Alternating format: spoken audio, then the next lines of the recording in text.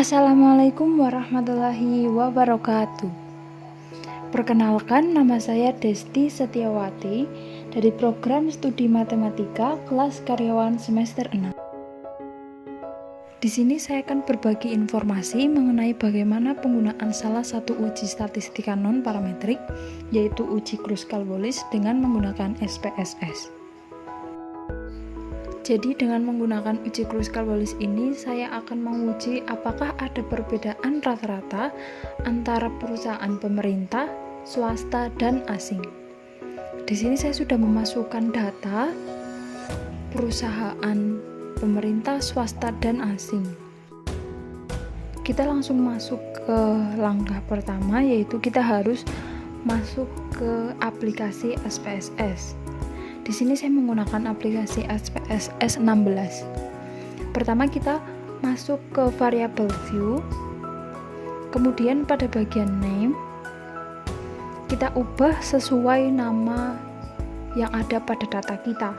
Di sini saya akan menuliskan perusahaan, kemudian desimal kita buat 0. Untuk label kita buat sesuai nama, yaitu perusahaan. Kemudian pada bagian value, di sini digunakan untuk pengkodean. Kita akan membuat kode karena kita memiliki 3 perusahaan, yaitu perusahaan pemerintah, asing, dan swasta. Jadi kita akan memberikan pengkodean pada 3 nama perusahaan ini.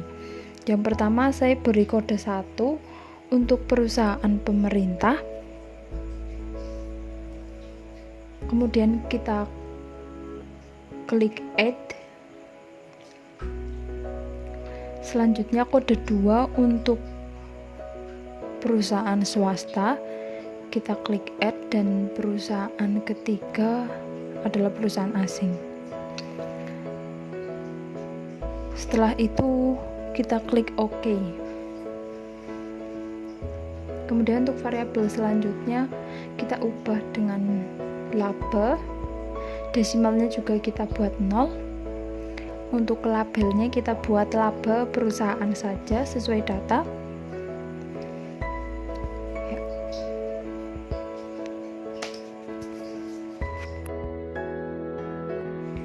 Setelah itu kita langsung masuk ke data view.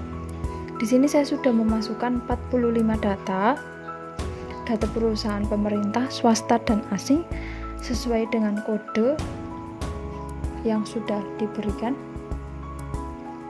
Kemudian langkah selanjutnya saya akan menguji kenormalan data ini terlebih dahulu supaya kita tahu pengujian seperti apa yang akan kita gunakan selanjutnya. Caranya yang pertama, kita ke bagian analyze, kemudian pilih deskriptif statistik, kemudian kita klik explore. Kemudian kita pindahkan variabel laba perusahaan ke dependent list, kemudian variabel perusahaan ke bagian factor list, kemudian kita klik plot. Kita checklist bagian normality plot with test, kemudian kita klik continue dan klik OK. Lalu akan muncul output hasil tes kenormalan data kita. Kita langsung saja ke bagian tabel test of normality. Pada bagian test of normality, kita akan melihat apakah data kita normal atau tidak. Sebelum kita melihat data kita normal atau tidak, kita harus memahami dulu dasar pengambilan keputusan. Di sini kita memiliki dasar pengambilan keputusan. Yang pertama, jika nilai signifikan lebih besar dari 0,05, maka data berdistribusi normal. Dan berlaku kebalikannya, jika nilai signifikan kurang dari 0,05, maka data berdistribusi tidak normal. Penting untuk kita mengetahui dasar pengambilan keputusan, karena kita akan mengetahui langkah selanjutnya untuk melakukan pengujian. Jika data kita berdistribusi normal, maka pengujian kita dilakukan dengan menggunakan statistika parametrik. Namun jika data kita berdistribusi tidak normal, maka kita lakukan pengujian statistika non-parametrik. Di sini kita lihat nilai signifikan pada data kita. Untuk perusahaan pemerintah memiliki nilai signifikan 0,023, untuk bagian swasta kita memiliki nilai signifikan 0,004 maksud saya. Pada perusahaan asing kita memiliki nilai 0,000, sehingga bisa kita simpulkan berdasarkan pedoman pengambilan keputusan kita, semua nilai signifikan pada data kita di bawah 0,05, sehingga dapat diambil keputusan bahwa data yang kita punya berdistribusi tidak normal. Kita akan melanjutkan pengujian dengan menggunakan uji Kruskal-Wallis. Langkahnya kita ke bagian analyze, kemudian non-parametric test, kemudian kita pilih K independent samples. Setelah itu untuk variabel laba perusahaan kita pindahkan ke tes variabel list, dan variabel perusahaan kita pindahkan ke grouping variabel. Kemudian kita klik define range, kita ketik angka 1 pada bagian minimum dan ketik angka 3 pada bagian maksimum. Kenapa? Karena kita memiliki 3 kode perusahaan. Yang pertama kode 1 untuk perusahaan pemerintah, kode 2 untuk perusahaan swasta, dan kode 3 untuk perusahaan asing. Kemudian kita lanjutkan dengan klik continue, dan kita harus pastikan bahwa tipe tesnya adalah Kruskal-Wallis. Kemudian kita klik OK. Di situ akan muncul output beberapa tabel. Tapi kita langsung saja ke bagian Kruskal-Wallis.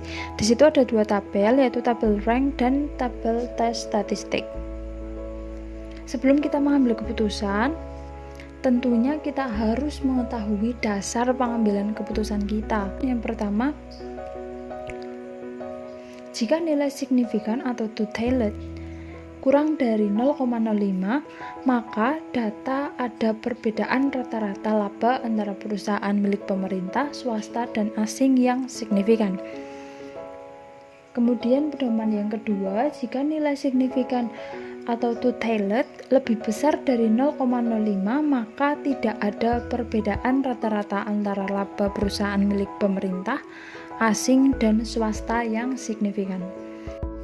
Berdasarkan hasil output data kita, di situ dihasilkan pada nilai signifikan 0,024. Jadi sesuai pedoman yang kita punya, nilai 0,024 berada di bawah 0,05, sehingga dapat diambil kesimpulan bahwa ada perbedaan rata-rata antara laba perusahaan milik pemerintah, milik swasta, dan milik asing yang signifikan. Jadi demikian informasi yang bisa saya sampaikan mengenai uji Kruskal-Wallis. Mudah-mudahan bermanfaat. Kurang lebihnya mohon maaf. Sekian dan terima kasih. Wassalamualaikum warahmatullahi wabarakatuh.